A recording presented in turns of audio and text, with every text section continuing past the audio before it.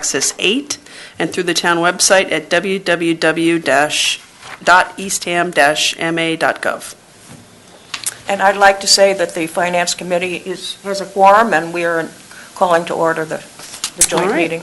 We'll start with public and select board information. Anything from the board that is not on the agenda? I'd like to, at some point, this may not be the right meeting, but talk about some of the fire preventative measures or how we would respond to some major disasters given what's been going on in the rest of the country lately over the last 6 months. And it kind of dawned on me that there must be plans in place that I might be ignorant of. So I'd like to be brought up to speed on that. All right, good one. I have a shameless pitch for Conservation Commission tomorrow. Is reviewing their Wetland bylaws? No. pressure-treated wood. Oh, pressure-treated wood. Oh, I great. would love. What time is that meeting? It starts at 6. 6. Okay. Here in the Earl Mountain? I don't know. I feel like maybe they're still online I can find They it. could be, yeah. because I could the find board it liked online. it. It's hybrid. Yeah. It's a hybrid? Okay. Okay. All right, we have no one here from the public. Anyone from the Finance Committee have anything that's not on our agenda for public information? All I right. want to say something. Oh, sorry. So I have two things. First of all, my Town of Eastham email, Jackie Beebe, has been compromised, and an email with an attachment went out to a very large swath of the public and other officials. At this point, so no one should open that attachment or try to open that attachment or, God forbid, give them any passwords of yours, but it doesn't appear to have compromised our data internally at all. But I just wanted to warn the public. IT is on top of it. We've changed all our passwords. We do have two-factor authentication, so I'm not quite sure how this happened, but I do apologize for anyone who has gotten it, and just be careful when it's asking you to share. It's saying that I want to share a document with you, and I don't. I don't want to share a document. And then the second thing is we have on the agenda tonight a wastewater update, and I'm going to postpone that to our next meeting. We have a capital projects meeting tomorrow. I want to talk to the capital projects committee meeting and do an update with them first. I think we'll have more information if I postpone that. So if anyone is on the call just for that, you can go back to your normal Monday evening activities And miss our budget. and miss the budget presentation. All right. Thanks, Amy. Sure.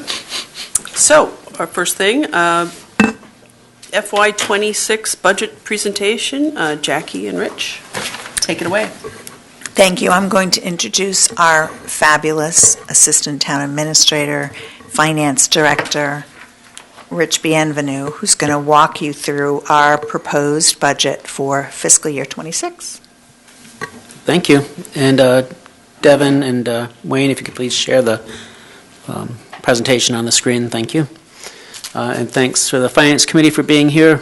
I have in your packet the presentation, which is really a summary, and I'm not going to go through in detail because, as you know, with the schedule that we've previously put out, that's what the Finance Committee will be doing each week for the next 2.5 months, if not 3 months, going through each department, speaking to each department, reviewing each individual departmental budget.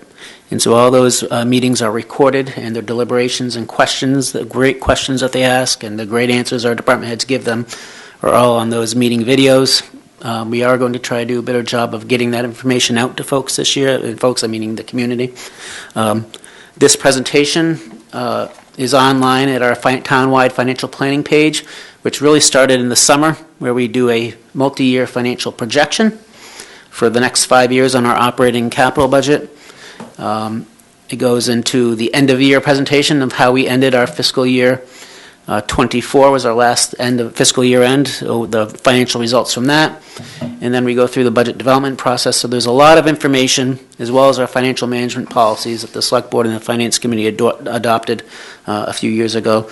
And this presentation is in accordance and follows essentially all those things that I just referenced.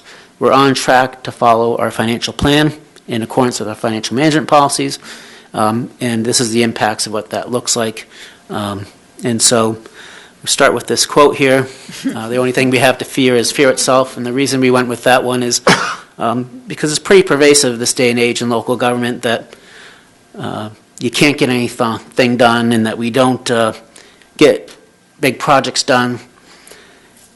And it's hard because we and you, all yourselves represent the whole community, not particular agendas or particular perspectives. And so sometimes things take longer than you might want them to, or the result might be slightly different than what you want it to be. But that's because we got to consider the whole, and that's what we try to do.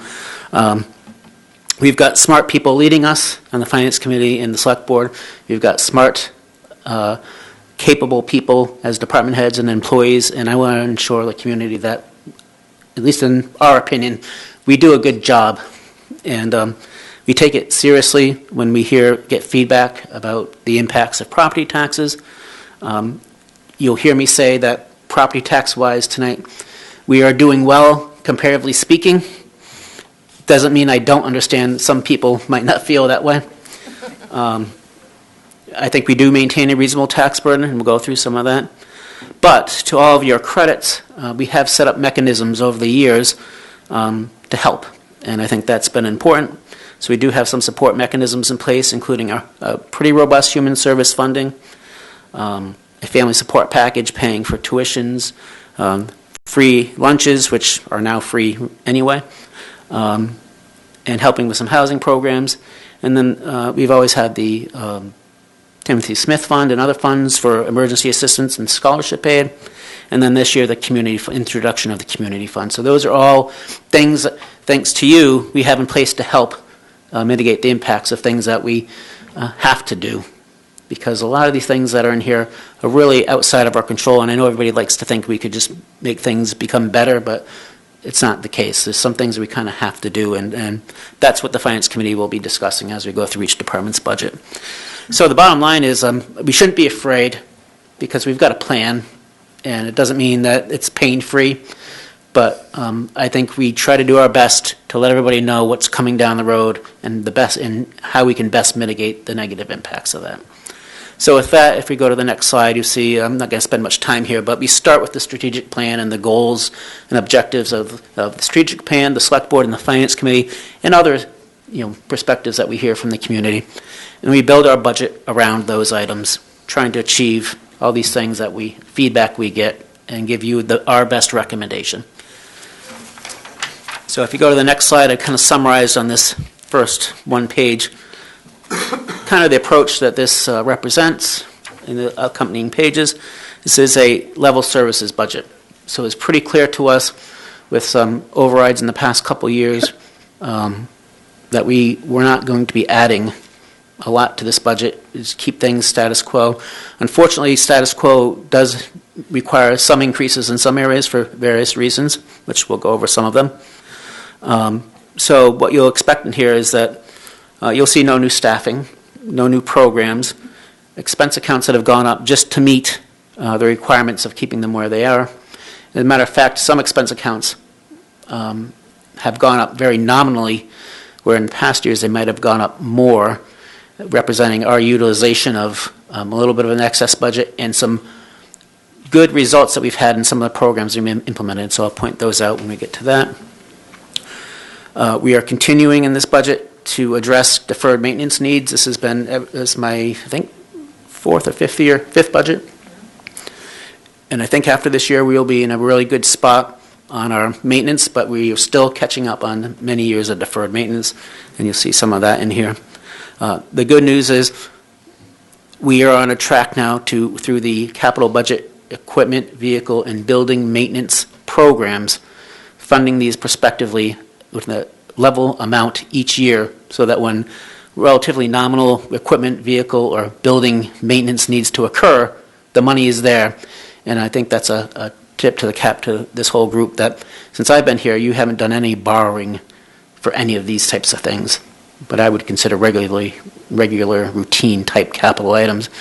where the practice in lots of other towns is small borrowings for small things, and those borrowings have not only an interest cost, but time suck in preparing administratively for them and an issuance cost. So, but despite having a level service budget, we do think we're going to keep moving forward and bring to conclusion several of the initiatives and goals we've been working on. So we look forward to that. We are proposing to continue funding our reserves to maintain our appropriate balances.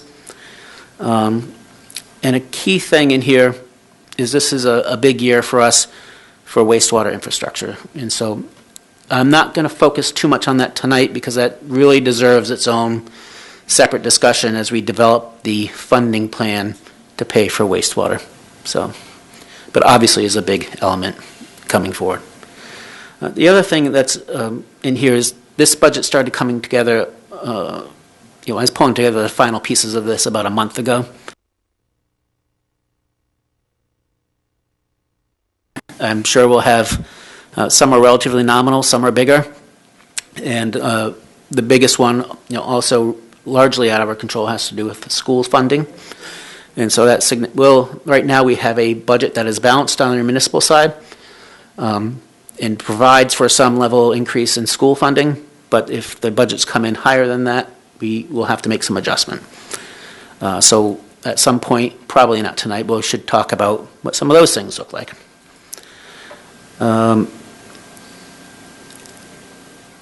Two other key points on this slide on the left. This is the third year of the operating budget without us seeking an override for general government services. And when I say that, I mean for what existed 3 years ago. Obviously, we had an override last year because we added 4 new police officers.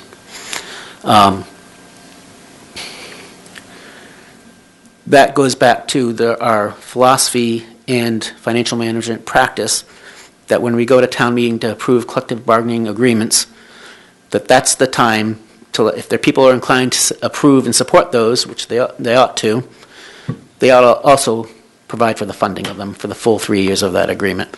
Not approve an agreement just for us to come back in a year or two saying, hey, guess what, we can't afford this and now you need the override for these things. And so, an inherent promise that we try to keep hold to is you gave us the override to fund those collective bargaining agreements, so we're not coming back to you again for the life of those collective bargaining agreements for an override. Because outside of salaries, we ought to be able to manage everything else that happens within the course of a budget. So that's built into our financial projections, and we've been able to honor that intent with a balanced budget on the municipal side on that basis.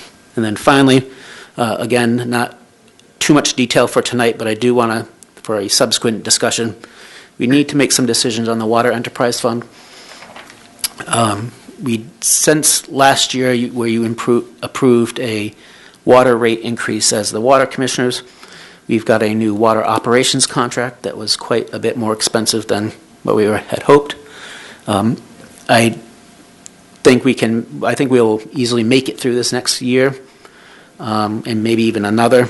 But beyond that, the level rates and the funding for capital costs of the water fund will become impactful to our operating budget on the general fund. So we need to make some decisions that will affect 2, 3, 4 years out on the water fund. And a big part of that would be increasing our numbers of people participating in that. So if I go to the next slide, you see here is what we call the budget summary. And this kind of accumulates into 3 different buckets. The first bucket being the operating budget. And as most of you recall, they've been here for at least a cycle or 2. These are recurring expenses, and so therefore we ensure that they are funded with recurring revenues. There are no one-time revenues in this bucket. The second bucket being our capital budget, and we do have some discretion on whether or not we need to do some of these things or not. But again, we have implemented the idea of vehicle, equipment, and facility maintenance recurring programs, so that ensuring each of those things for each department and each building of town gets some amount of funding every year so that we can do the appropriate work that we need to do. Of course, in any one year we could cut back on that, but it does not impact the tax rate such as it is, and it doesn't impact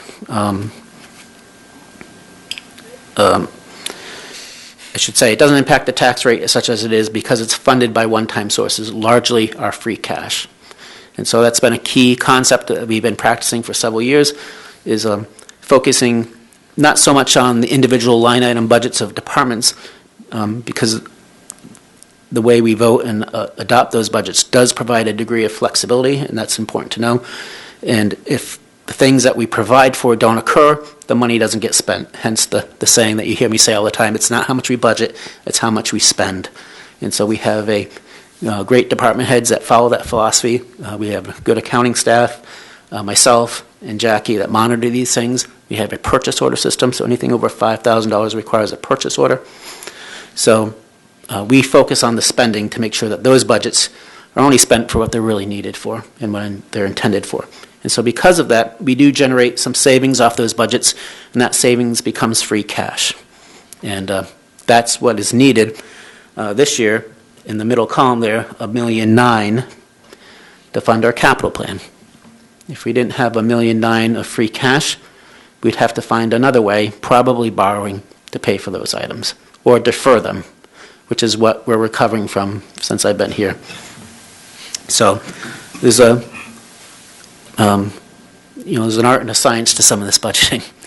And then the third column is the other budget items. These are things that kind of fall outside of the operating budget, or because we're not intending to fund them year after year, or maybe if we do, it's the first year of it. It falls outside of a capital budget item, and largely these are things like the reserves, putting money in the stabilization fund.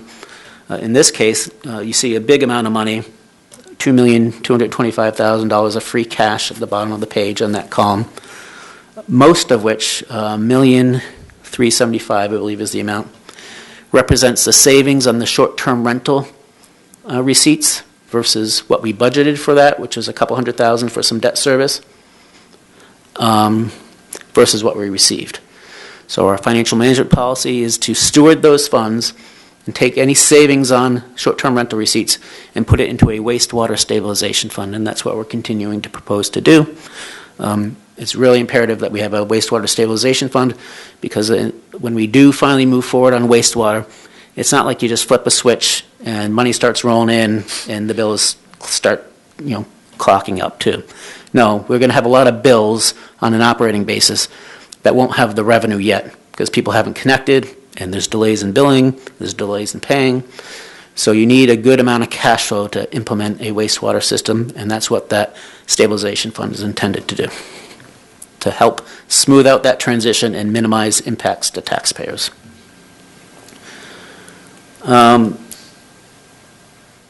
In this array of numbers, if you look at the total appropriations in the middle of the page, at any of those columns or in total, the total is $51,532,000 of appropriations. And you look down at the bottom of that page, and you see $51,532,000. Revenue equals our appropriations. We're required by law to have a balanced budget, and we do.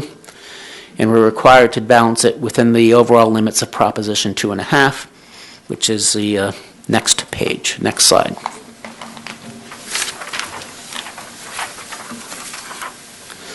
So obviously property taxes are the largest source of funding our budget. Provides about just under 78% of our total funding.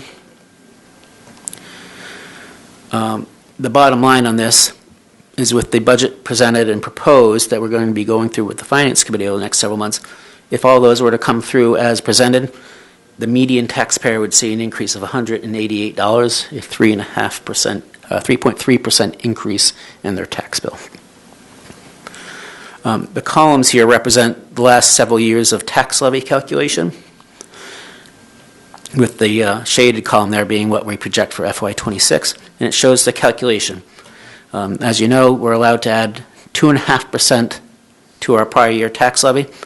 So under that shaded column, you see we started with just under $29.5 million. By law, we're allowed to go up $736,000.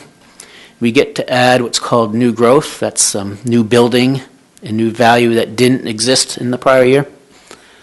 And we're estimating $185,000. We've had a couple of good years of results because of a lot of building activity. I don't anticipate it being as high, but I also think $185,000 ought to be achievable. So we don't know that number until early summer is when the state certifies that value after town meeting. So we got to be some conservative in that number, because if we come up short, we're therefore out of balance. So that brings us to a subtotal of almost 4 million.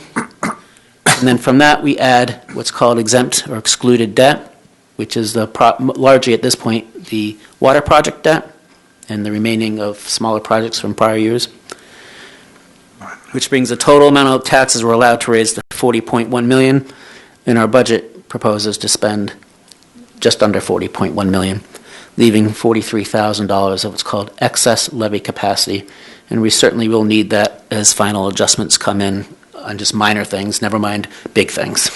Yeah. So that's where you see the calculation. We are, last year we crossed the $5 billion threshold for taxable value in town.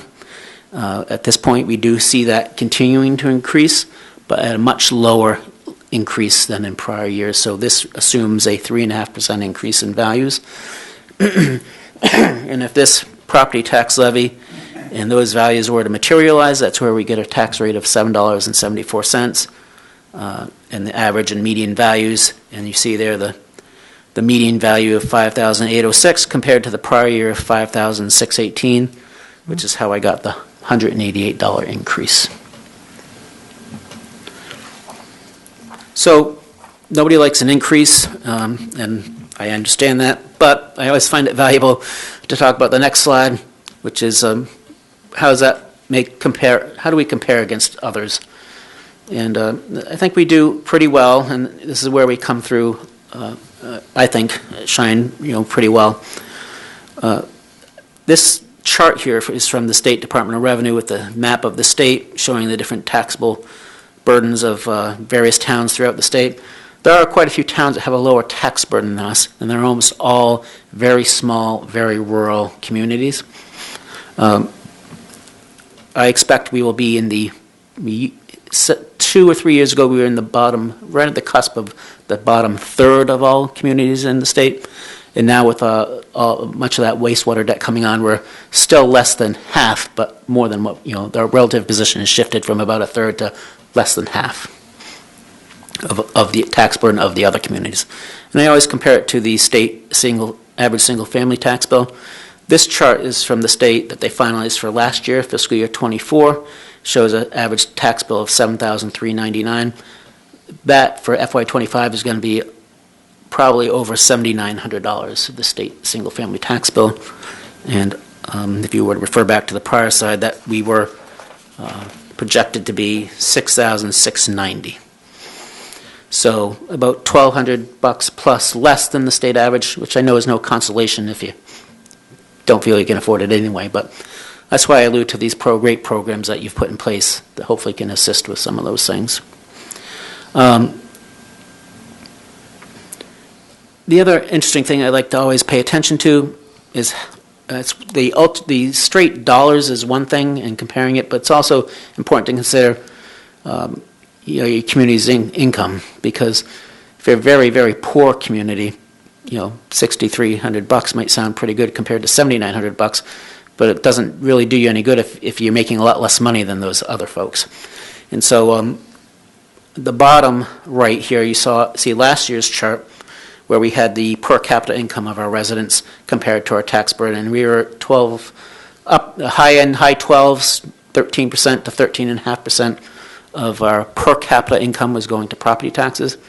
But with our relatively modest increase in property taxes projected for this year and updated per capita income figures for another year from the state DOR, we will be in the 11.5% to 12% property tax burden to our per capita income. Again, per capita is the total income of a town divided by its residents. So some people will be on the high end of that, and some people will be on the low end of that. So it's just a measure that we can easily track from year to year to see how we're tracking. But that's why these programs that you've put in place are so important to help those in need. Continuing to the other source of funding after property taxes are estimated local receipts. So it's a couple slides forward. There you go. So we use monies that we collect locally to help offset property tax increases. So as you can see on this chart, we are projecting, I'm looking at the shaded column, FY26, $5,668,000 of local receipts to support this budget, and $774,000 of state receipts to support the budget, for a total of just under $6.5 million, which is pretty much on par with the prior year in total.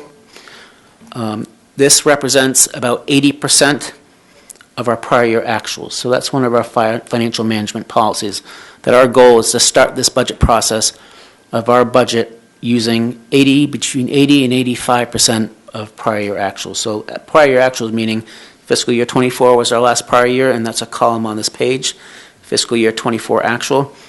You can see we actually collected $1,061,000 of motor vehicle excise tax, but we're budgeting $965,000. That's maintaining that conservatism. And the theory is, just based on history and experience, that in a modest economic downturn, we can expect 7 to 10% of these estimated receipts to decline.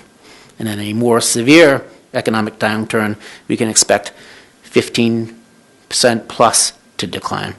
So if you're consistently using 80 to 85%, even in a severe decline, you ought to be able to weather that storm for a year or two without having to make drastic cuts elsewhere. And so it's kind of the theory. In the meantime, this is also another item that generates free cash. And again, we repurpose that free cash, especially with the short-term rental receipts, as you see 4 lines down. $1,704,000 collected for FY24.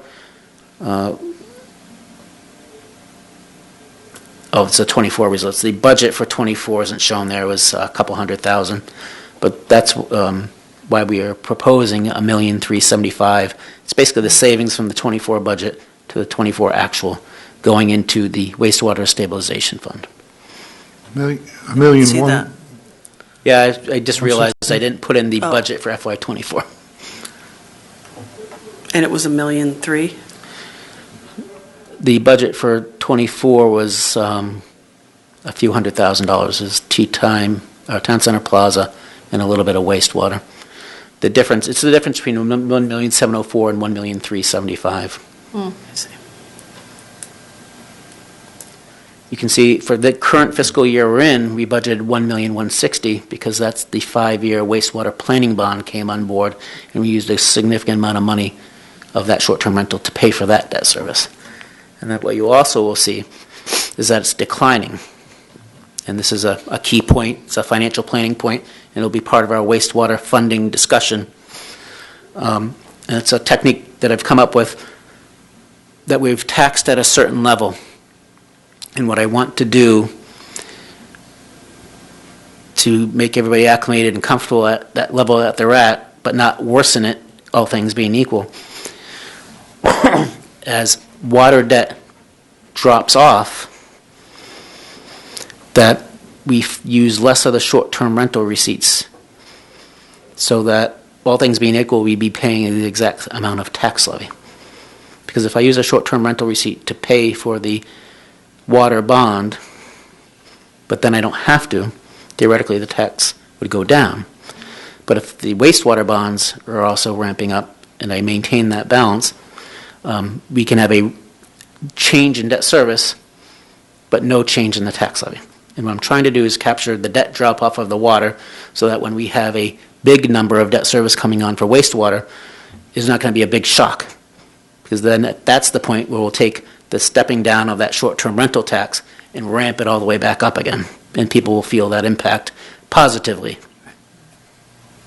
And so that's why you see, all things being equal, if that was all wastewater debt, and it's not, but for sake of argument, if you had $1,160,000 and now you dropped $100,000, down to $1 million, that's because I'm stepping down the short-term rental to the extent that water debt is dropping off.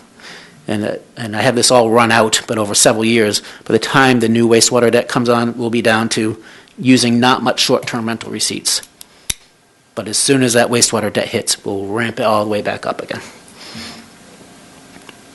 Was that your question, Bob? It was. Why did the short-term rental excise, actually, short-term rental, go down. Right. Question. I have all these slides. And it gets a bit convoluted, and this is why we probably should we'll have a different discussion on wastewater funding. And it's actually a pervasive issue throughout the state, historically and even now, but I dealt with this 25 years ago with lots of towns. If you raise money to pay for exempt debt, that isn't property taxes, because therefore can't raise the same amount, the whole amount of property taxes. So if you need $10 million for debt and you have exempt debt, you could raise $10 million of property taxes. But if you say you're going to use $1 million of something else, you still can't raise $10 million. You can only raise $9 million of property taxes. So what happens is it becomes a default override if you double dip, so to speak. And so anytime we raise short-term rental money to pay for wastewater or water debt, since it's all exempt, that means we can't use property taxes to do that, even though we theoretically could. Jerry? Yeah, just to make sure I understand, let's look, 988,000 in the budget for 2026. That's what you expect to receive and use in our budget from, to pay water and so forth. And the rest that we would receive above 988 would go to free cash, therefore to the wastewater fund. Yes. As a matter of fact, I just realized I have it over here on the left in the column. The short-term rental receipts budget, it's about halfway down, includes $715,000 of wastewater debt and $273,000 for Town Center Plaza. Oh, I see it, yeah. And if we were to get $1.7 million again in FY26, for sake of argument, and I'm just going to round it up for easy numbers, Jerry, right. and we budgeted $1 million, you'd have $700,000 of free cash going in that we would recommend in next year's budget, the FY27 budget, to go to the wastewater stabilization fund. Okay. So any savings and free cash generated from these things, we steward that and make sure we don't repurpose it and pull it in for other purposes. It stays for the purpose of wastewater. Right. The best thing for wastewater is to keep that number as low as possible. Yes. No. Well, even that further, this came into effect in FY18 or 19, Jackie, and it wasn't $1.5 million or $1.7 million. It was, maybe 700,000, and then maybe $1 million, and then we went up from 4% to 6%, and then we hit the $1.5 million. But in those days, we didn't even have. We were using it to catch up on some things. We used it for the capital plan. We used it to fund reserves because we were so low on some of those things. And so now that we've caught up on all those things, now it's being repurposed for. This is probably the 4th year, I'm thinking, that's exclusively going into that wastewater stabilization fund. Because that was the intent of the short-term rental fees in the first place. The legislators considered it the state's contribution to us to fund wastewater. Got it.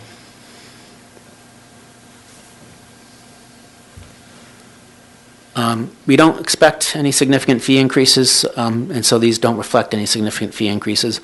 As a matter of fact, I do see many of these accounts tightening as far as their receipts, and so I do think we have at this level, budgeting 80%, I think we're fine.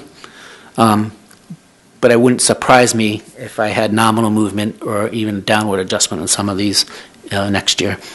There's some new legislation that passed that's going to limit the amount of penalties and interest that get charged to taxpayers, so that's been a significant number. So I'm trying to back off of that to reflect likely fewer earnings in that category, for example. And also, we no longer collect the cannabis host community fees. So we have never budgeted that, and we certainly aren't. As a matter of fact, we're trying to step off on the excise tax that we get, the 3% that comes to us, because of the increased competition and the number of stores opening up just to our west, South, whatever, North. all around us. southwest, yeah. In other towns, we used to be the only game. We were the first game in town if you were coming from the Upper Cape, and that's no longer the case. So I don't know for sure, but I expect that would be impacting sales and therefore the excise tax. So we do have some relatively small challenges, and usually it's a lagging indicator, but I am always very cautious, and I always keep an eye on the state issues 8 different commitments or billings for motor vehicle excise. I'm always curious what that first one looks like because it kind of is a bellwether for what the rest is going to look like.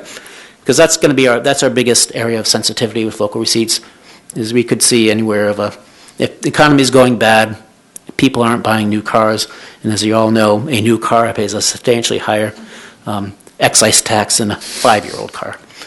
And so people tend to keep their cars for a few extra years in a downtime, and you'll notice that in that excise tax.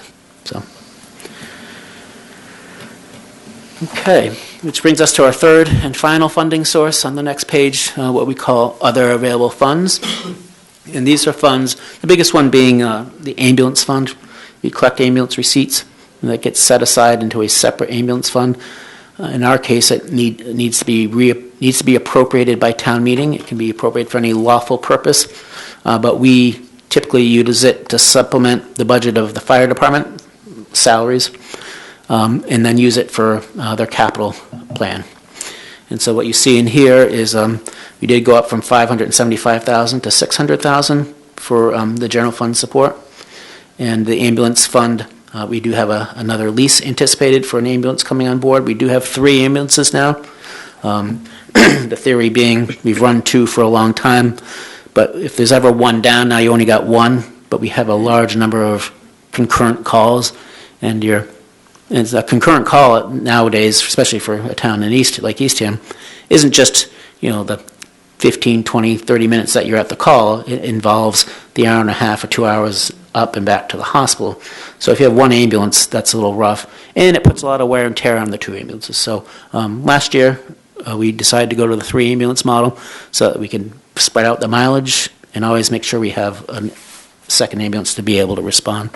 So, but that does have a cost as far as our ambulance fund. It does pay for those leases. So that's why you see that going up.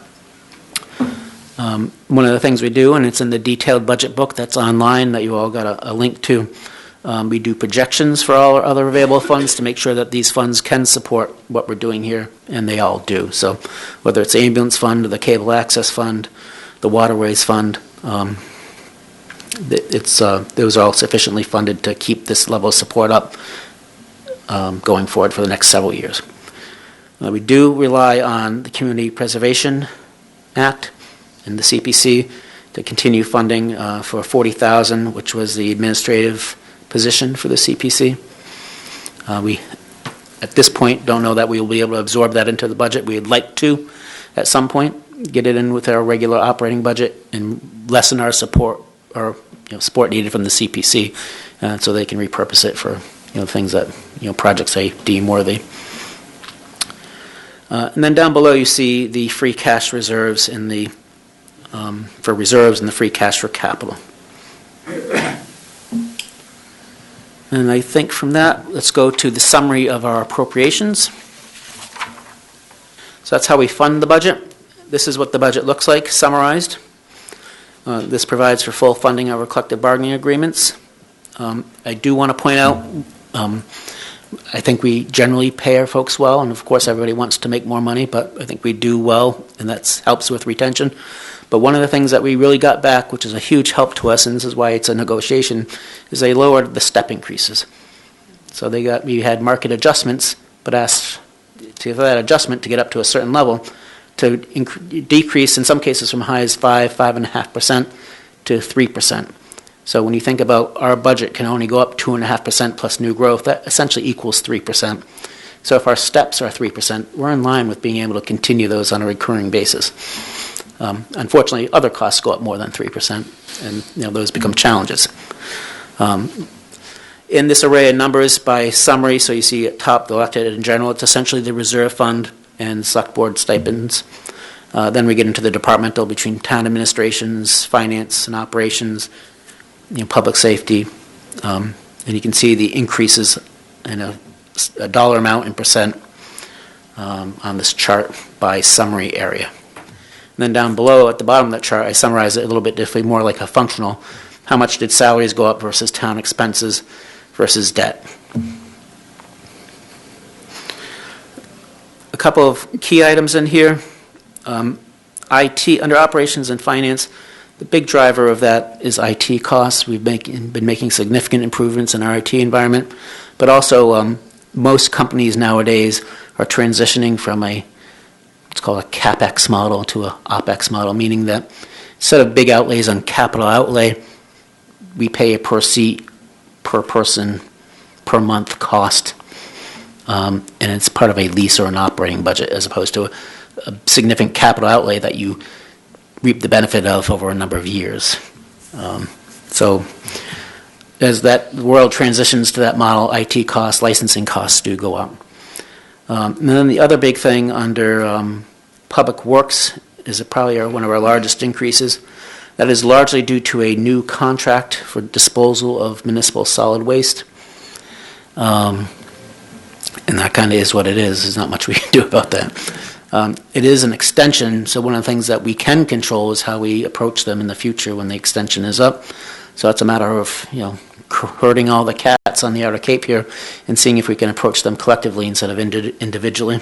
And so, that's the inside baseball of municipal government that you don't see, but there's a lot of work that goes into just getting people on the same page, see if we can get a better deal.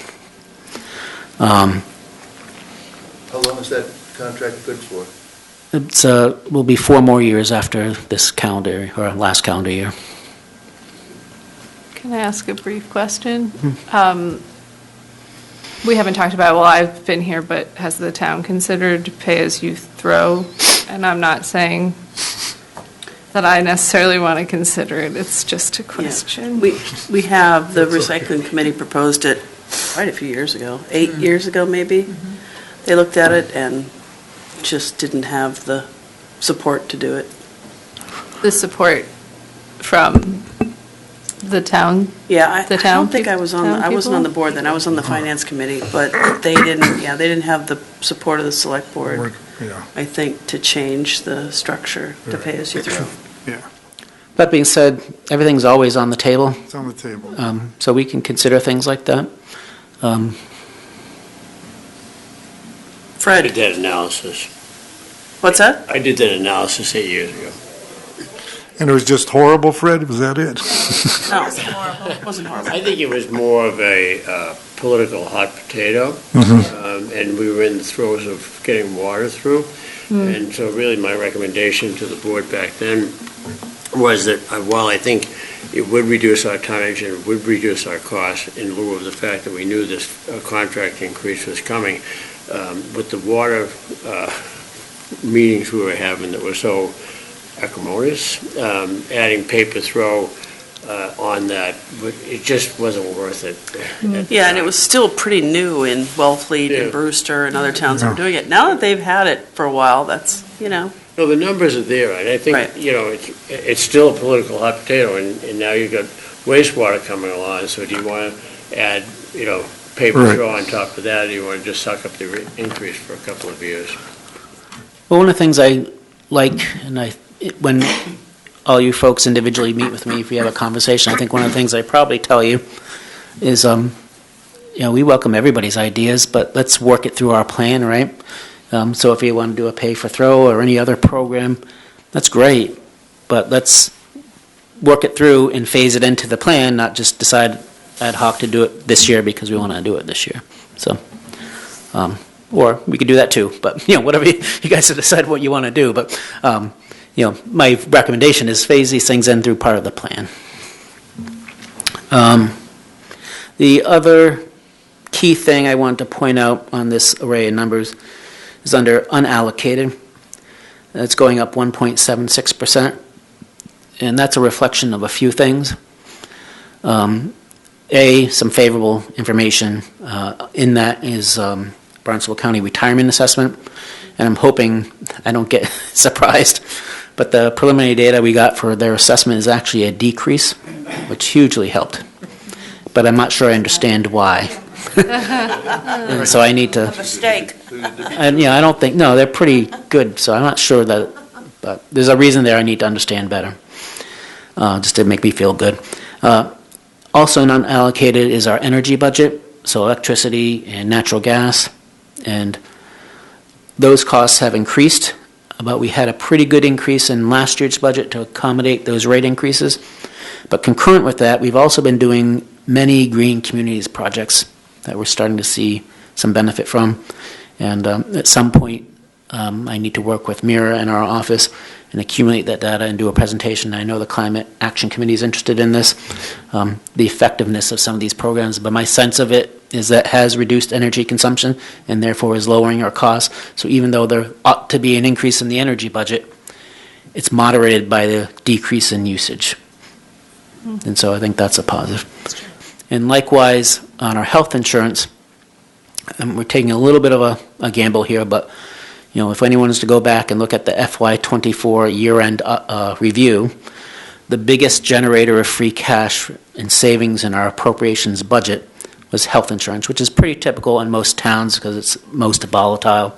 It's also prone to the most increase in any one year. National trend on premiums is 8 to 11%. We belong to a self-insured health group. We self-insure, and that group does a good job of managing claims. They have an active health and wellness program. They have a prescription rebate program. They have a foreign prescription purchasing program, and they actually hired a prescription expert to make sure that we're getting that those prescriptions that are being issued are managed and monitored. So if somebody's getting X, is Y an alternative type of thing. And that has proven to be pretty valuable to that health group. And so the health group also has, through our many years of participation in it, a substantial surplus. And they have a fund balance policy that says they should have X amount of surplus to manage working capital.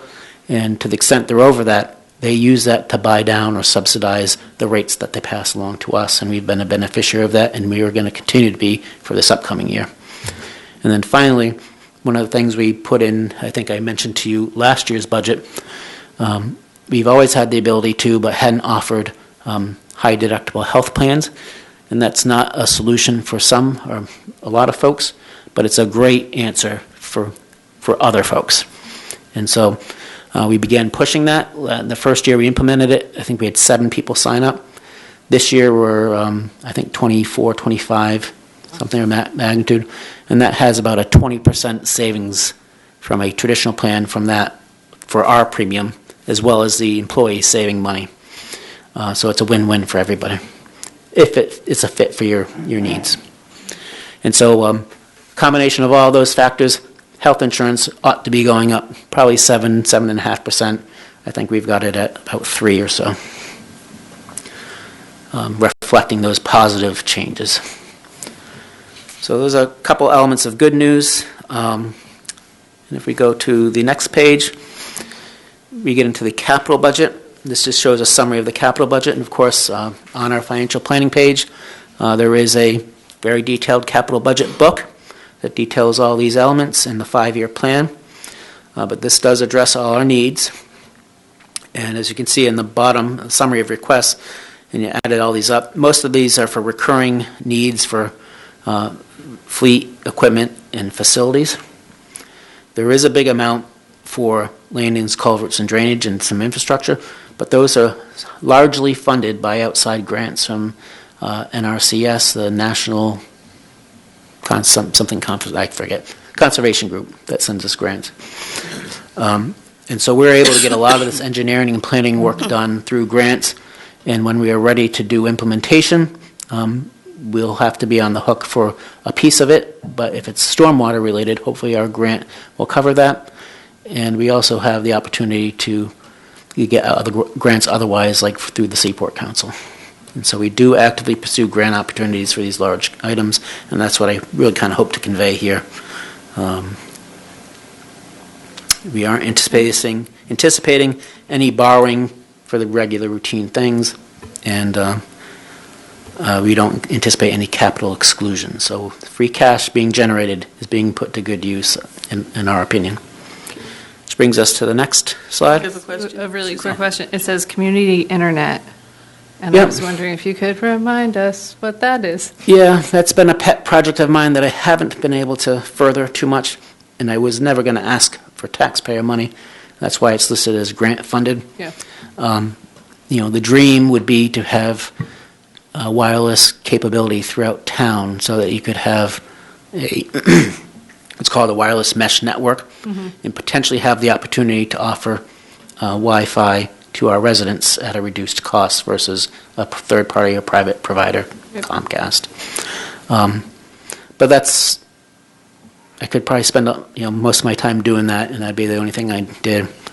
But we have done a couple of things, and we have extended fiber optic cabling to Tea Time. That was on a grant, and to the Windmill Green. So now we have the ability to, if we have events, we can get wireless to those sites. And I also had to bring it up to a distribution box in Brackett Road, so we can extend it down once we get to the point of redeveloping Tea Time in Town Center Plaza. So that was ended up being about just under 100. It was like $70-something thousand of grant we got to do those little parts of it. Nice. And then, again, this is reserved for its own topic, I believe, but borrowing projects that are potentially contemplated at town meeting is wastewater plan implementation. I've got a placeholder there of $160 million. No guarantees that that's what it is. That's what we're fleshing out right now, and hopefully we'll have another month and a half maybe, a better, more well-documented number as to what that is. But we have just now, after the holidays, started doing outreach. You might have noticed a wastewater implementation, which asked people to provide questions. We got 15 questions already. On day one. Yeah, I saw that email. It was great. Yeah. So, the questions are probably what we would have expected. Now we got to, talk with the Capital Projects Committee, the Finance Committee, and yourselves.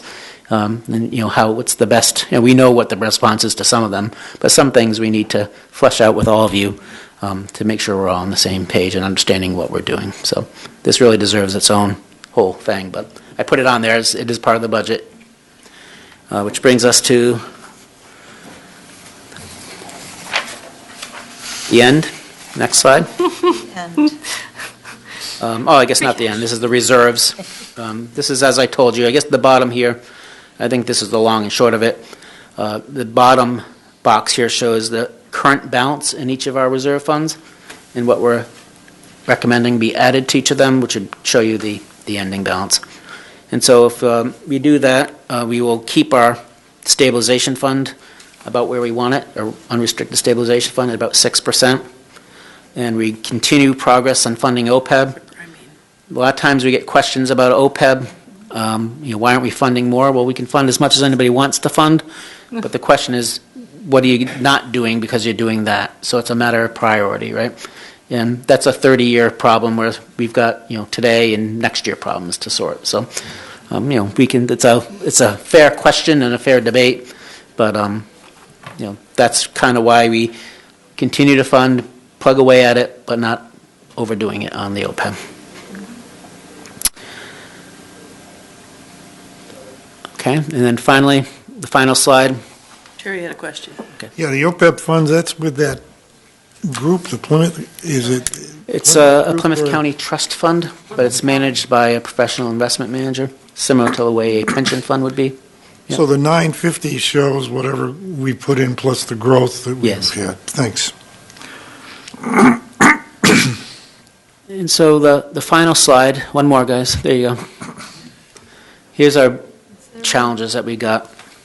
Special education costs. A month ago I didn't really know as much as I know now, but I do anticipate that to be an ongoing issue again this year. I know the schools just came out with their budget workshop meeting, I think Tuesday, which will give us some more insight. But now I've got our stuff done, I will start focusing on what are the schools looking like. But schools are going to continue to be a challenge for all the towns in the district, but even more so for Wellfleet and Eastham, because we have enrollment shift similar to what we had last year. Whereas even if their budget stays the same, but we have a higher level of participation, our assessment would go up because we are paying at a higher percent. And so that will continue to be a challenge. Jerry has a question. Is that, we've decreased less than others, or we've just increased, we have many more students and the others have stayed the same? we're growing. Well, that shows there's some positive with the And fact that actually, we're growing the for most families. surprising number this year is that Brewster is down 20 students, I think, or 20-something Okay. students. Well, it's nice to know we have more families. I know it increases costs for the education, but that's a plus. Well, the good news, I know people don't like to say it, but it's good to me. We have a beautiful facility as a high school, and they're going to have amazing programs. And, just like we've got an amazing library and a great fire department and a great police department, so, and that school is going to last us for decades, right? I won't We're have going to to worry make sure it about does. On the municipal side, they weren't such budget busters this year, but they traditionally are and will continue to be, health insurance, pension, utility, and collective bargaining. So I'll wrap up there. I did say at the beginning this was the third year of our general override because we did collective bargaining. Later this year in 25, after town meeting, after fiscal year 26 starts, we'll have to start collective bargaining again. That will be impactful to the 27 budget. And, we'll see how that goes. But, I know where our employees will start, which would be, more, and then we'll have to see where we end up. But if that gets to the point, I would imagine a similar process that if the town and the community wants to approve these contracts because we're recommending them to them and we think they ought to be approved, then the community at town meeting needs to know the cost, and that would be an override to cover the cost for the full 3 years of so we're back in that vicious cycle of this doing all over again. But And we have, schools are this year, their contracts? Schools No. were last year. They were last year, year. they were last year, okay, all Last right. And they don't do all of theirs at once, I don't think. So last year, there were teacher contracts. I don't know. All right, Oh, they might do like their steel, don't they have a steel workers? They have like or- custodial union. Yeah. But teachers is the largest. Teachers is the largest Not, group. yeah. okay. so I apologize for going on for a bit, but that's the long and short summary of it all. Finance Committee will be going through the details, and I'm happy to answer any questions. Well, you can't just throw $50 million at us and, And you this timed is it what to it the is agenda. without some explanation, so. Right. It's We understand a lot of money. that it does take a little bit to explain where it's all going and where it's coming from, so. I think Mary. I'm going to let Finance Committee ask. Mary? Thank you, Rich. I have sort of a basic question, and you have indicated in this budget that we are in good shape so as far as overrides are concerned, but at the same time, as we've just been discussing, we don't know the final numbers for the schools. And I was just wondering if you had at any time thought about what we would have to cut if we needed to cut in order to not have an override, and what the ramifications of that would be as far as the total budget is concerned. Right, so Mary's right. This budget doesn't contemplate any overrides, but that's just basically looking at the municipal side because we don't really have any insight up until more recently and control over the education budget. And we certainly don't have much control over assessments based on enrollments. So we provide money for them, and this budget provides for a 3% increase, but likely to be something more than that. So what's the order of magnitude of more? Well, as you saw, we have excess levy capacity of 43,000. So if that was the only about We're in good more, shape. That's not going to do it. and the only thing that happened, then we'd absorb that. So then you Go get down to, like 30, well, no, not excess levy, but free cash left when you had like 30-some thousand left free cash. yeah. So, to Mary's point, what are we going to do when the number comes in more than we can absorb without making adjustments? And that's a subsequent discussion. At the moment, I think we ought to progress on what we have, but I would ask each Finance Committee member, each Select Board member, to contemplate how do you want to approach funding shortages? I have lots of ideas, and I think that would be a good discussion to have individually, because if you need to discuss that at a board, I want to present a well-thought-out, Proposal, yeah. comprehensive thing that I know that you can support. But we have $400,000 of capital, of tax levy going to capital. If you were in a pinch and needed money and you didn't want to fund it through an override, you could cut that and use more free cash. I mean, that's, in my mind, a short-term fix, but a longer-term problem.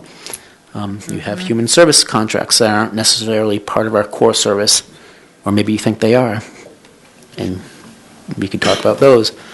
But then once you go through a handful of things that are relatively benign and easy, then you get into hard things, and there's no half really doing this.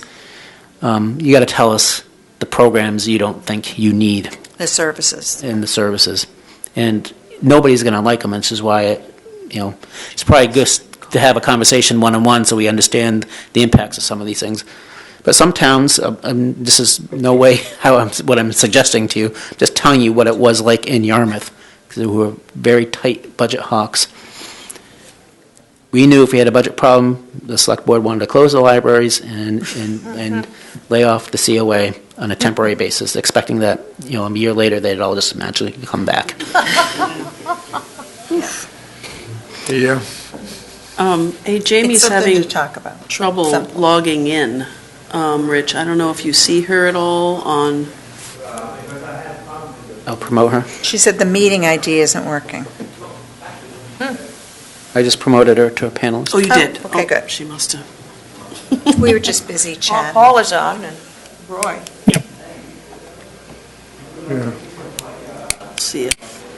She didn't come in, though. Not in yet.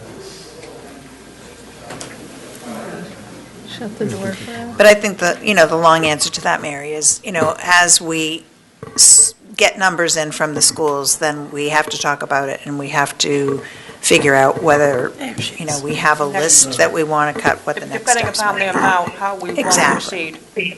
Yeah, so the example last year was $1,020,000. $1,020,000. The gap was just too large. Cutting $1,020,000 out of our municipal budget would have really yeah. savaged the services we offer. Right. And it wasn't something that the board or the finance committee wanted to do. So we did an override for it. But, like I say, it's nice to have a plan. Part of that plan is, at some point in the future, hopefully these special education costs will reduce. Maybe the enrollment shift will shift back to other communities.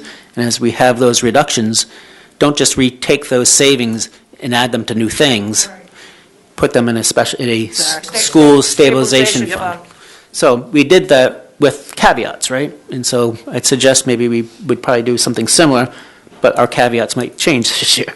So we have to see how that shakes out. All right. Any other questions for Rich on the budget?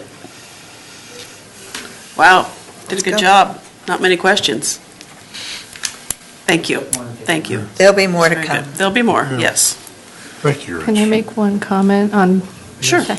Oh, well, one, you guys do a great job, and I always find it very interesting that of all the taxes we pay, this is probably the most detailed information that you're going to get on how your taxes are spent, and possibly the most direct service of, this goes to beach, fire, rec, the schools, because when you're paying your federal taxes, you do not get that level of detail, and you do not get the same quality of accounting as there's major departments on the federal level that don't pass their audits. Right. So I think it's very interesting and just great to be able to see where it actually goes and then be like, oh, right, I do value that service. Right. And I know it is a lot, and people paying your taxes is a lot. But as Rich said, when it comes down to it and you're like, what would you cut? I think a lot of people in town faced with that question would also be like, Yeah. that's, Yeah. So just maybe if that makes anyone feel a little bit better about paying their taxes, is that I think there's a lot of value in it at the local level, so. Yeah, we just spent a lot of time on education. I just want to point out to everyone that it's the largest single item in our budget, over 13 million. So it's important, and it's something that our control is less than it is for other items in the budget. But that's the easiest way to put it. Okay. All right. Thank you, everyone. Thank you very much, Rich. It was very, very detailed, very informative. Remember the first few budget presentations I sat through with Sheila. It was deer in the headlights. I sort of glazed over because she went through it like 20 minutes, I Yeah, think was 15 her. minutes, Yeah, yeah. 15, 20 minutes. And oh my God. I was like, I will never understand this. But But you did. I'm there now, finally, after 14 of these. You know. That's good. All right. Do you want to stay, FinCom? I should probably adjourn, and then if people would like to stay, they can stay. There you And go. if they don't wish to stay, they can depart. All right. So I'd like to ask for a motion to adjourn, please. Do I have a motion to adjourn? Fred, I'll make it, Ron? Mayor. All in favor of adjourning? All right. Oh, Thank you. Thank you all for coming, Thank you, yes. on virtually also. You had a full, Yep, Roy yeah, and Paul. yes, great. Yep. All right, next we have opening of the town warrant. I guess we need to read the public notice. The warrant for Eastham Annual Town Meeting to be held on Monday, May 5th, 2025, opens Monday, January 13th, and will close Monday, February 24th, 2025, at 4 p.m. That seems like a long time, but I guess it's not. 5 weeks? Yeah, 5 weeks. It's Okay. maybe a little bit longer, a couple of days longer than normal. We don't need to vote, do we, to open the warrant? Nope. No. Okay. It's open. All right. Next, we have town clerk fee addition. They would like to add or raise the amount. What, do we know what it was before? It was Didn't 8 or say. something like that. There's notices. To 9, which is in line with now From the billing. 8 something, 8 and change. Okay. But Yeah, should we make it consistent with the other? Right, we did, I remember both Jamie and I mentioned that we thought postage rates keep going up when we were talking about the building Yep. fee, and I don't know if it was, I thought we talked suggested about 10. going to 10. 10. And I don't think we've decided that, but I think the thing to agree on here is whatever we do vis-à-vis the building abutters certified mail, we should do for the town clerk. Yeah, and I can't remember Make whether them it the was same. It 9.50. was, I think they talk about suggested 10. 9, and we talked about going to 10. Right. So I think that, we haven't really done the final fees So vote you on that. I don't could think. vote to make it consistent with the building and other abutters notice, other departments of abutters. Yes. Okay, I move that we make the fee for Clerk's office. the clerk's office, the abutters notices be the same as those for the abutters notices for the building department, et cetera.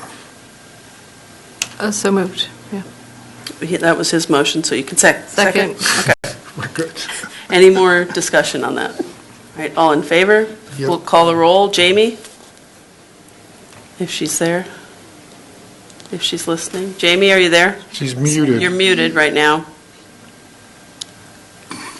Really there. Hi, sorry, aye. Okay. Bob? Aye. Suzanne? Yes. Jerry? Yes? Myself, aye. 5-0. Okay. All right, next, RTE follow-up. So I asked Jackie to put this on the agenda. This is going to be a bombshell to a bunch of people.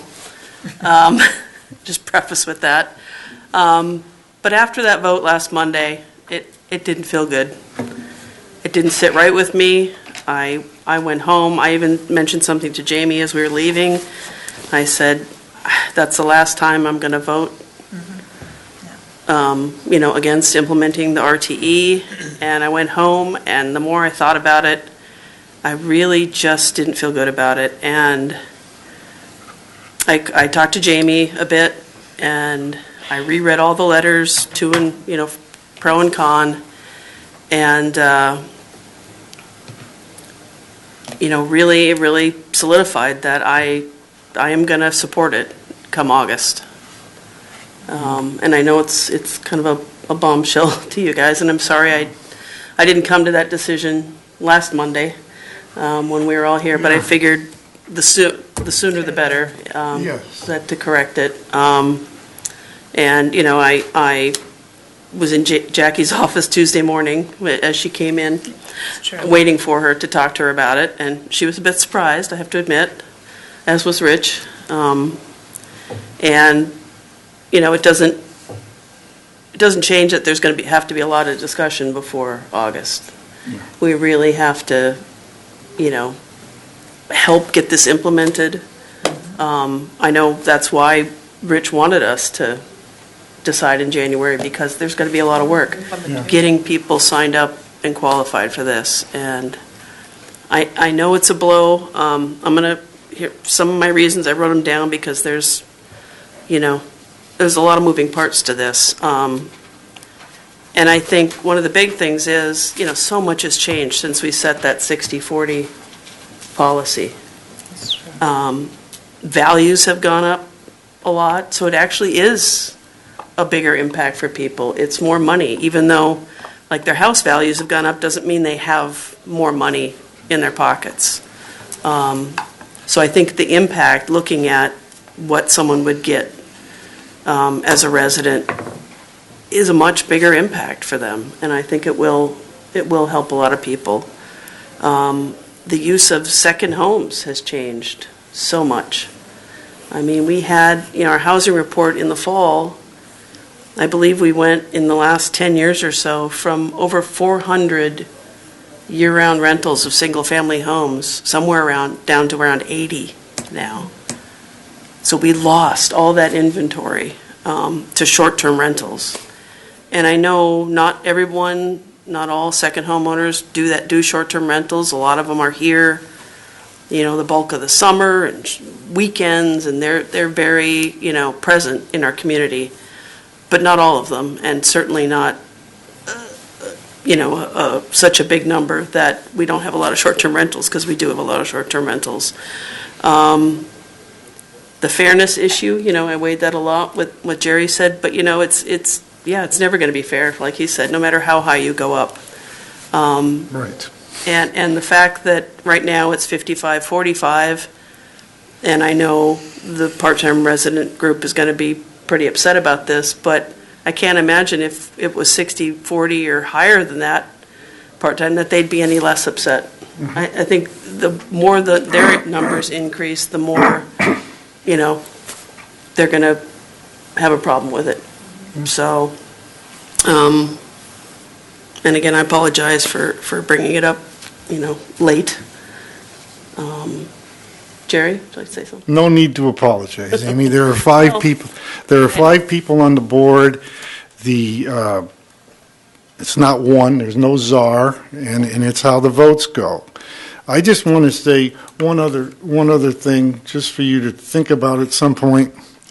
Last Monday, I talked about my government major at Wesleyan. Today, I'll talk about my second major, my economics major. I went back, because I knew this was coming up. I went back and looked at the information that Richard brought, and so we would give the average. The average homeowner about an $800 net, $800 savings with the 20% that Richard brought, and that had a shift of $3.1 million of taxes. Now, unlike Truro and P-Town and Wellfleet, we have that great taxpayer fund that we have. If we put $600,000 into that, we could give 600 families $1,000 with a net of $900 benefit. And I just think that's a more efficient use of spending taxpayer shifts. That's all. And I hear you. And that's another. it's still gonna be I didn't not say enough. that. It's still going to be not enough for a lot of people to be able to stay in their homes and afford to live here. So I think we're still going to need other programs, like the community fund, to help with that. And I'd like to Bob? weigh in too. I don't mean to interrupt. Oh, no, please, go ahead. I was going down that same path as Jerry, that, and talking to Rich about it too. You had proposed a $300,000 community fund startup. If we looked at what's going on with the RTE, I kind of look at it as it's assumption-based. right? We've assumed that, and I'm sure that there are a number of people who need the money, but we're making assumptions about that. And with a $1.8 million as the cutoff, but I don't see a lot of people with $1.5 million homes needing that money. I don't. I mean, housing values have gone up so drastically. Yeah. People who, inherited a home, say, Right. and, Yeah. But I also think that the qualification for something like this shouldn't be part-time or full-time. It should be needs-based. And I would rather see, people, first of all, there's a pretty onerous application process for this RTE, and I know Suzanne was raising that last time. not for the RTE there isn't. It's more for the other one, income qualified ones, there's more onerous. Oh, I thought there was. Because RTE, you just have to be on the census and establish. You need to submit documentation, including a redacted version of your tax return. We don't qualify income, but we do require the tax return. Motor vehicle excise bill paid to Eastham. Disclosure of any other residential properties owned in the last 2 years anywhere, because we got to verify that you're not a resident of there. So there's a bit of work to it, and there's a couple other things I'm probably forgetting. Not as pervasive as those things. So. And it will have an application, a basic application as well. Yes. It seemed to have a whole lot more requirements than the form that Rich, Jamie, and I drafted for the application for the tax help out of the community fund. Well, that was the policy. No, it was just the way we drafted a form to apply for that money. It was a lot easier than the application process for the RTE, based upon the requirements that you needed to submit. What was it, driver's, a whole bunch of paperwork associated with it. So anyway, I'm much more of a needs-based, that's just my philosophy on it. Now, that being said, I'm sure it's going to help a lot of people. And, this is, as Jerry would say, democracy in action, right? Yep. But just going on the record that I don't think that it's just a fairness issue on general principles. I think it's also financially more appropriate to target the people, find the people who are struggling. The objective of this, I think, is to lighten the financial burden on the people in town who are struggling. And I think what will happen, what we're assuming here, based on this assumption-based process, most, if not all, of the full-time people need the money more than most, if not all, of the part-time people. Well, we did have a survey that, I believe, did Climate Action do that survey that we had in our packets last week? That showed financial security and how people answered, and it was drastically different for year-round. It was, but what we're saying is all. All. True. We're saying True. all. And Well, maybe it'll be like and we can advocate for this, is that people who don't need it and get it, Don't have to take it. not only, well, they can take it, but then they could donate that money to a local community Charity. fund or something like what happened with stimulus money. I mean, a lot of people gave stimulus money. You look at Lower Cape Outreach, homeless prevention, their budgets exploded during COVID. yeah, well, For a lot of people that donated. didn't need that Right. stimulus money, donated it. And, maybe we can get that grassroots group in here to organize and advocate for things like that, for people to, yes, apply, but also to use that money then to help locals. Yeah, I agree that some of those people would be stepping up and donating that money, and, we're all probably donating money to California right now through the Red Cross or something like that.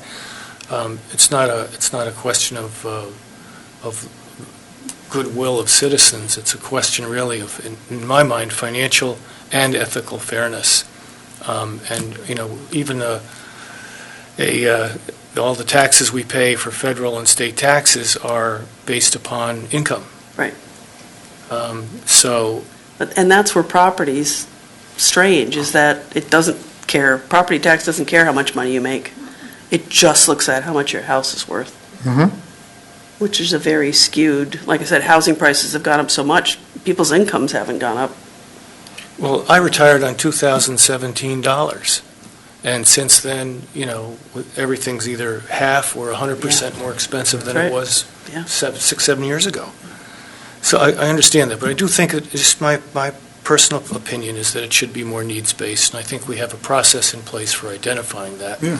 And if you looked at the number of people on the tax rolls, I think, who were in trouble with their taxes, it was something less than 200 people, about 180 people who were had either been late, and within that some subset being more than, a month or 3 months late, whatever we look at. I think it was about 180 people. But if we doubled that, if we made it 300 people, and we ended up with, this was why I started this with, I was going down the same path you were, Jerry. If we ended up with a $300,000 community fund, and 300 people showing, the real need, we'd end up with $1,000 per family or per person. We'd I end up understand, but we totally unfortunately would targeted. have to, at this point, do an override to fund that. No overrides needed to put But we money don't in. have that money in free cash, so we would have to have an override. No, We only have 170, no, the law doesn't record an override. if we have it in free cash, Jerry. We can't just make up money. We have to No. have it in free cash. So let me just clarify it. So, A, we have about 191,000 of unspent free cash. So we have that. And we have, what Jerry's saying, is the special legislation is written such that an appropriation of the community fund is added on top of our levy. It's outside of our levy limit, just like our debt for water and wastewater are. So we could add, it would obviously have an impact, but we don't need a vote via an override. Yeah, that's all. A town Still be meeting. a tax increase. It would, yes. So- That's why I said the net was different, but you're right. But I know there is a problem with a lot of, like Suzanne was talking about, funds where people have to apply, income qualify, and things like that. Maybe they're in the middle where they don't qualify, but yet they are struggling. Mhm. So, that community fund is good for that. But the other people that are slipping through the cracks, that maybe don't have time to even apply for, a needs-based thing. And some people are too proud to take a handout.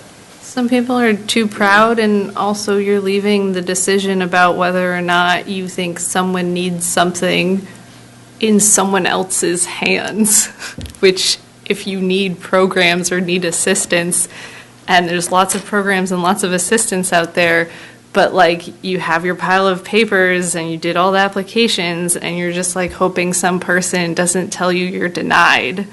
And so I appreciate wanting it to be needs-based, but also you then have to realize that you are trying to make the decision for another person on what they might need. And I know that we kind of do that policy-wise.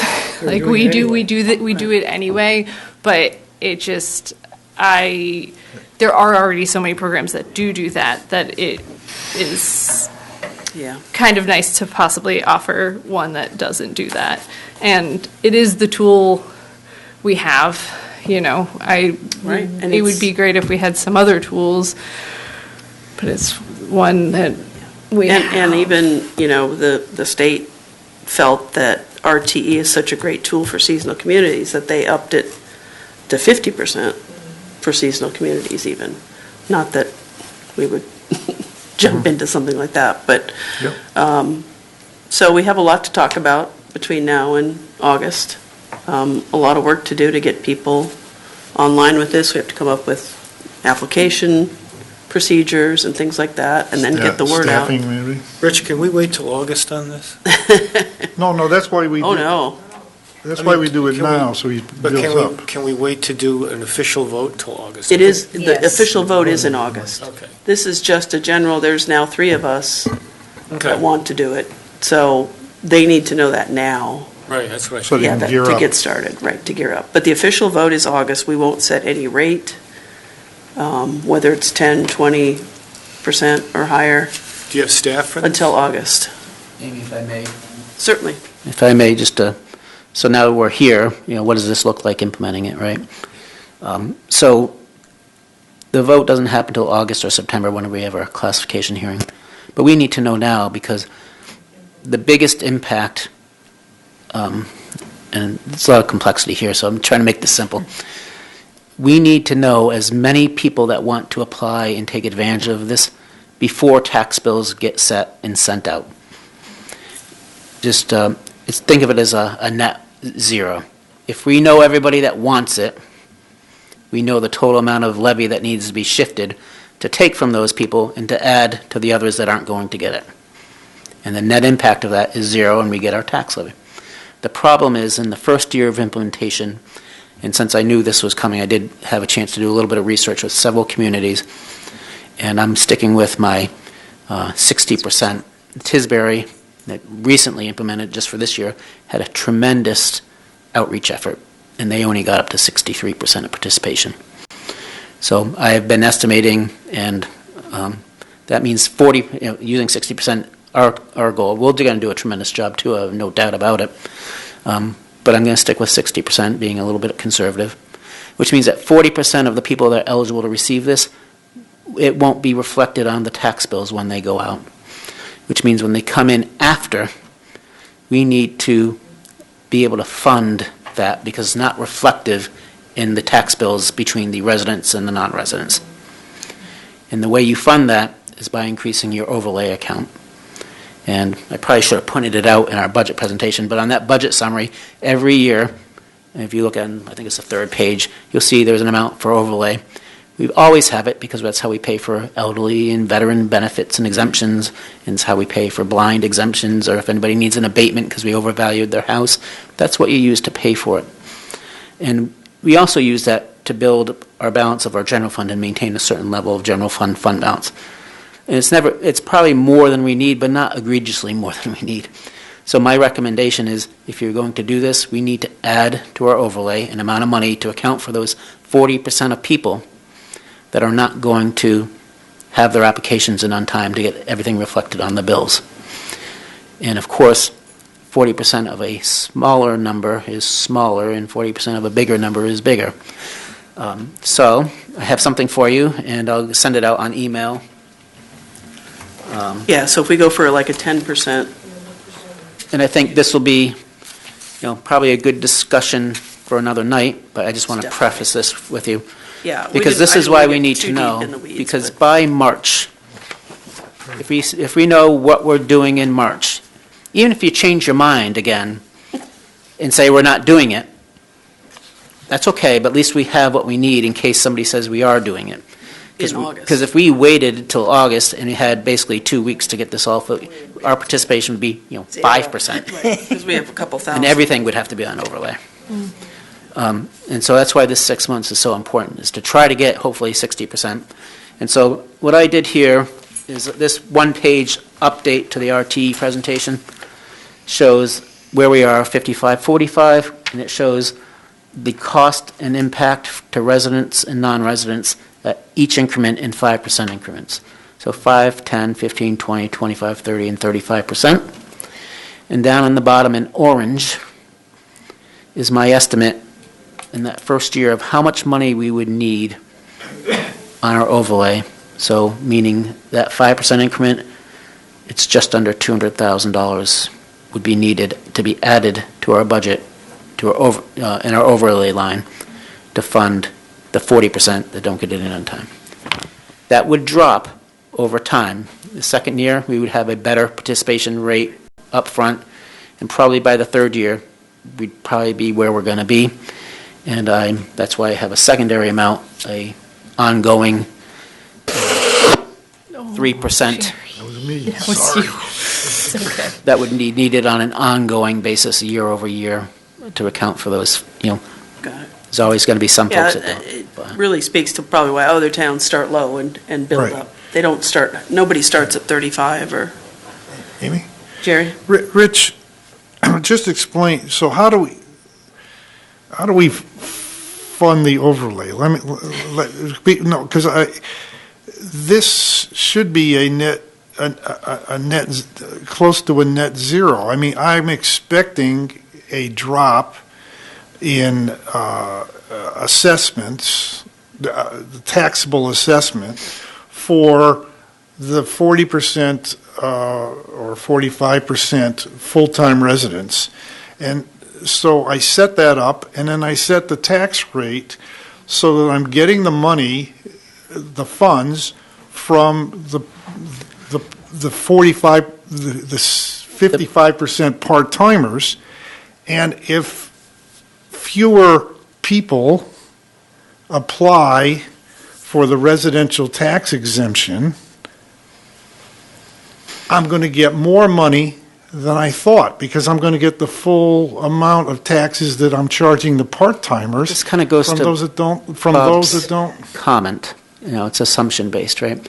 We can't presume what we think we know the residents are.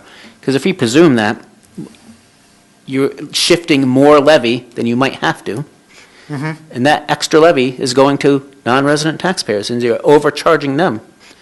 And so that's why the state in law requires an application process to verify residency.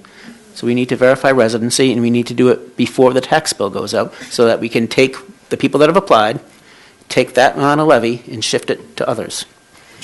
Okay, but if I don't apply, Right. if I don't apply, why, am I still eligible for that year? Yes. If I apply Yes. late? Yes, Yes. up to April 1st. And if you Oh. pay your taxes, then we have to pay you back. No, Right. now I understand. I thought we can't do a cutoff. Here's where we're at, here's. Right. You could do a You cutoff, gotta wait April till- 1st. You gotta wait till next year, but that's not the case. So Jamie has to go, so I thought I'd recall the vote for, Oh, okay. just for now, for who's in favor of implementing the RTE come August. You need a motion for that, or No, is this? I think I didn't do a motion last No, I time. don't This think is so. more of a What do you consensus vote. says, yeah. So, Jamie? Aye. Bob? Not in favor. Suzanne? Yes. Jerry? No. And I'm a yes, 3-2. So I'm sure we'll be discussing this Oh, yeah, that's a right. lot more, and Makes life the interesting. part-time residents have a meeting coming up in The 5th. 5th of February, which I plan to attend, and No, thank you. it's That is Zoom. Zoom. Oh. Zoom. That's- Safely a Zoom meeting at this point. Jamie's got her Is hand that better? Oh, Jamie? Jamie has her hand up. Hi. Sorry, can you hear me okay? Yep. Yes. Okay. No, I appreciate everybody, being so open tonight and discussing this. And I do think that, like Amy said too, there's a lot more to discuss as far as ironing out the details. And I don't think it's something that'll get done in a night. It's going to take a little while. But I appreciate everyone's openness tonight. Thank you. Thanks, Jamie. Can- Mary? Rich, could you email that form that you've just passed out to the select board, to Absolutely. the members of the finance committee, please? Can I ask maybe an easy question? Sure.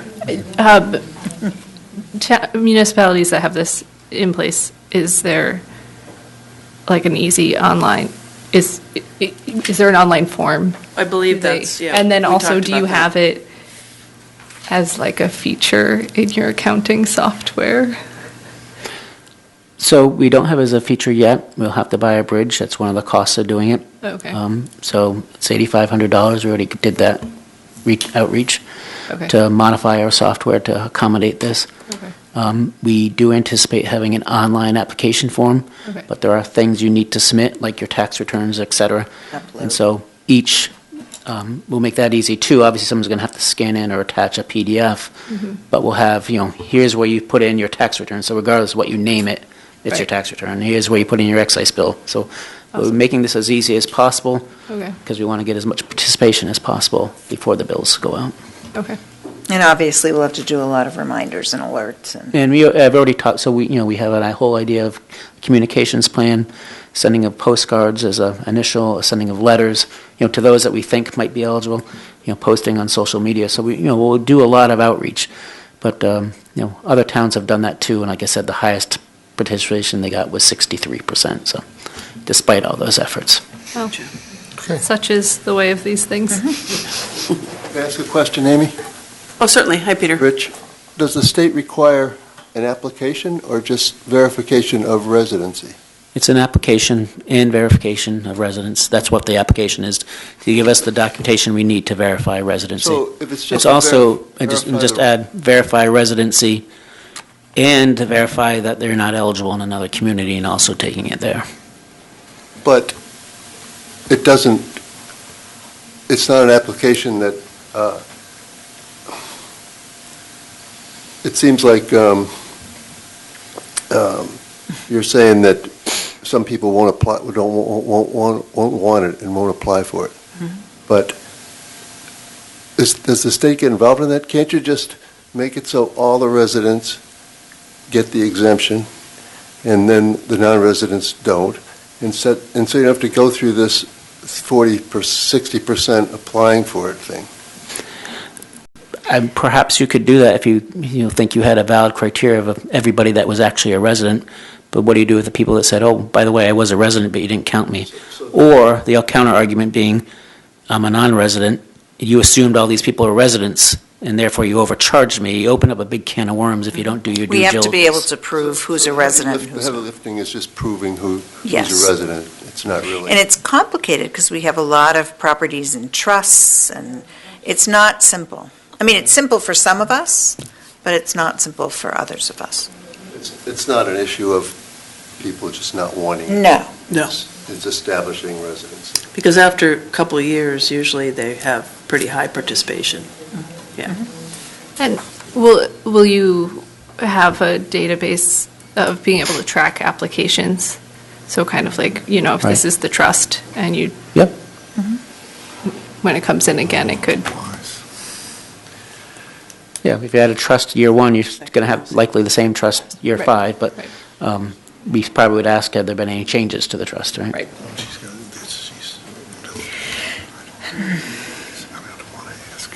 Okay. All right, thanks, everybody. Yep, All right, next we have water bonds. water bond renewal rate.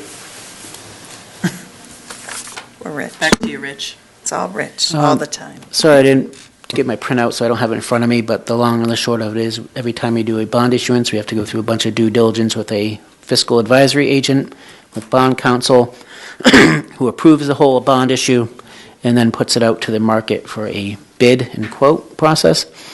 And so we're obligated to take the lowest responsible bidder in that regard, which was, I believe, Fidelity. And this is to roll over a bond anticipation note that originally was $2,500,000, but we've paid it down, so I think it's $2,320,000 or $420,000, one or the other, at this point. And we got several bids, so that's the good news. And we got a low bidder of, I think it's 3.137% net interest cost. And why that's important is because I think they bid the interest rate at 4%.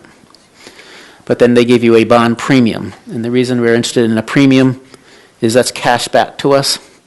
And we use that cash to pay for the bond issuance costs, which is over $100,000. So we don't have to appropriate that money by town meeting. And then whatever's left, premium is left in excess of those issuance costs, gets reduced against our pay down at the end. So it's not a 4%, even though it says a 4% rate, it translates into 3.137%. And that was the recommendation of our financial advisor. Okay. So you need a, Yeah, what do we need? Do we Motion? need to read this whole So, no, thing? so there's a Okay, good. long, lengthy motion in the packet, and yeah, I that think only if you, Suzanne has to sign, so. if you refer to a motion that refers to that packet attachment Okay. and vote that and sign all the paperwork, I think you're just Right. fine. Okay. Want the motion? Yeah, how about Suzanne Suzanne Suzanne. make the motion? You don't have to read the I whole move that thing. we vote to approve the votes. The, what is it? Ban. Ban. Ban And renewal with the language included in the packet. with the language included in the packet. I will second. Any more discussion? All in favor? Aye. Aye. 4-0. No, she left. Okay, aye. 4-0. There you go. All right. Town managers report. Members of the clerk. You gotta sign it. Did everyone get the signature packet? Yes. making its way down. Did you sign it all? Suzanne has a little few extra signatures in there. Yeah, she's got a Okay. few. So I'll talk while you sign, if you don't mind. So a couple of things. First of all, I'm going to say this every meeting now during my report, but between now and town meeting, we are going to be discussing and voting and recommending everything that's important to voters, to residents, about their tax bills, the budget, the services they're going to be getting or not getting. It's really an important time, and I know people are really busy, but between now and May 5th, if you could tune in to our meetings and try and keep track, the way, like the Finance Committee meetings are set up, the agenda does have one department over another, so you can just tune in for one piece. You don't have to watch the whole thing. Same for Select Board meetings. We're very good at sticking to the agenda in the item, in the order that we have. But if you want to sign up for alerts and notifications, and we will be doing much more communication both on Facebook and on the website, but we also automatically send out alerts to people. For instance, that wastewater alert that went out that we posted on Facebook, that went to almost 2,000 people that had signed up for notifications. So basically, if you go to the website, right on the landing page of the website, there's a big blue button that says Notify Me. And if you click on that button, it'll take you to a page that has another button that says Notify Me Sign Up Link. And if you click that and choose Administration, I know administration is weird, but that's what we used to call like the town manager's office. If you click on Administration for notifications, you'll get all of those notifications. And we promise they won't be excessive. If we do 3 a month, that's a lot. Jesus, yeah. And we're probably going to be doing, at least 2 to 3 a month from now until town meeting. But I just wanted to give everyone that chance. We also have a joint planning board and select board workshop on the proposed zoning amendments, another big thing that we're moving towards town meeting. That's January 31st at 3 o'clock at the library if people want. 21st. 21st, oh, I'm sorry. 21st at 3 o'clock in the library. And that will be taped so you can watch it afterwards, but I just wanted to, and Massachusetts has formally designated Eastham as a seasonal community, so there's a lot of information on that, and I put the link to that website also in my town report. We also have the new wastewater website up and running as of Friday, so we will continue to load that with more information as we move forward. That's it, thanks. Town meeting, Oh, yeah, The, town meeting. the save the date. Save the date. Town meeting is back to its original day, Monday, May 5th. So it used to be by charter the first Monday in May. So that is May 5th, 2025. We're changing the time to 5:30. It will be at the new Nauset Regional High School, hopefully in the auditorium, but we can also go into the cafeteria and the gym if we need to. And we are going to be looking at childcare options and some food or snacks. So please save that date, May 5th. Now I think Okay. All right, Jerry? One thing, yeah, the Climate Action Plan meeting on the 29th is at 10. 10. 10 a.m. here in the Earl Mountain Room. Hope you're interested to attend. I think the Cape Cod Commission will be there trying to help us. Go ahead. Sorry. No, it's all right. All right, new and upcoming agenda items. Bob, want to talk about fire prevention? Emergency response is really, how would we respond if we had this, type of situation in our town, with, now that I'm You should walking consider around. getting on the CERT team. No, it's a great time to do it because it is of course, our winter storm hurricane season, Right. which is, parallel to these fire events on the West Coast. So definitely we can do a presentation on that and have Adam and Yeah, and they The may chief's even members. do, some sort of tabletop exercise like we've done before with. Yeah, usually annually we do that. Yeah, with a lot of town staff members, and we've also been invited to go. Okay. Any other subjects anyone wants to get on the, no, nobody? All right, there are no minutes. Kayla said she had trouble getting them loaded up, so no minutes. Any other business? All right, Jerry, I move we adjourn. Second, all in favor? Aye. Aye. yeah. All right, we are